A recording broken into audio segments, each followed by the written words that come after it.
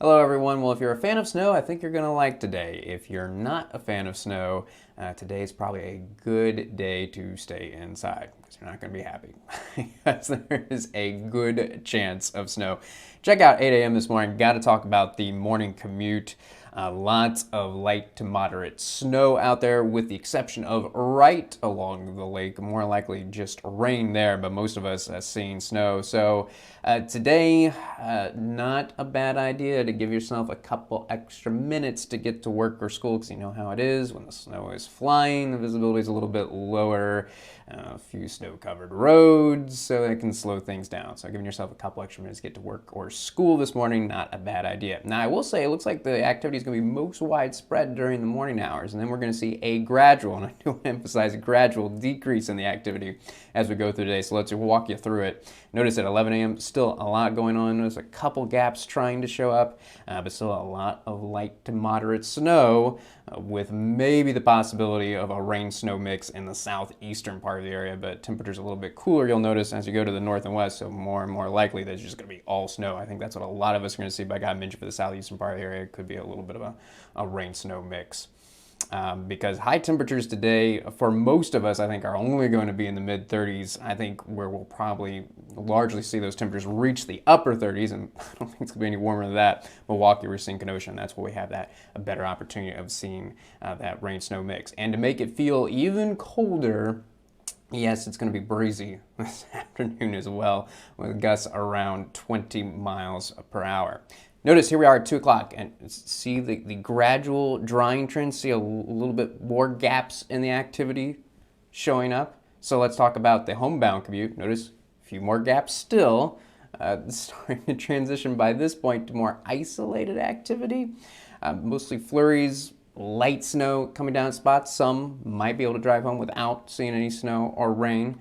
By the time we get to the evening hours, I think it's the same story. With just these lightest shades of blues. We're talking about kind of isolated snow showers, flurry activity across the area. And then by the time we get to 11 o'clock, again, just some stray flurries and spots and others completely dry.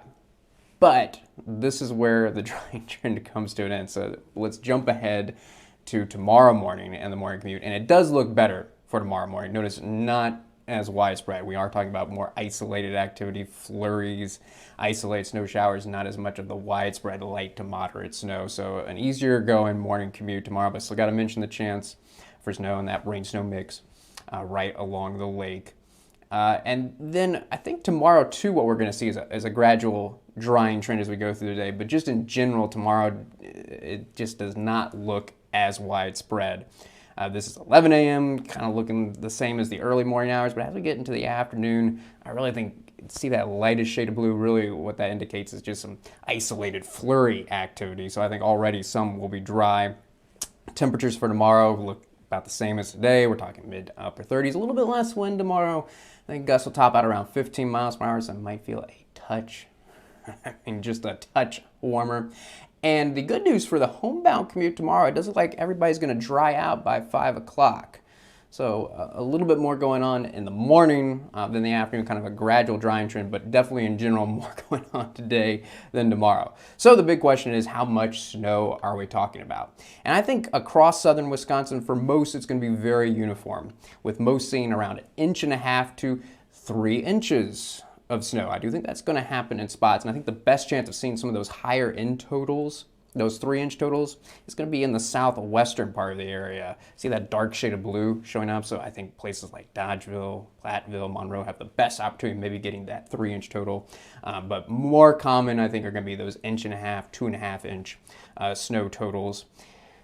And the tricky part is what's going on in the most eastern part of the area. So if you're in western Milwaukee, Racine, or Kenosha County, I think what this model is showing you, those snow totals around 2 inches, is accurate.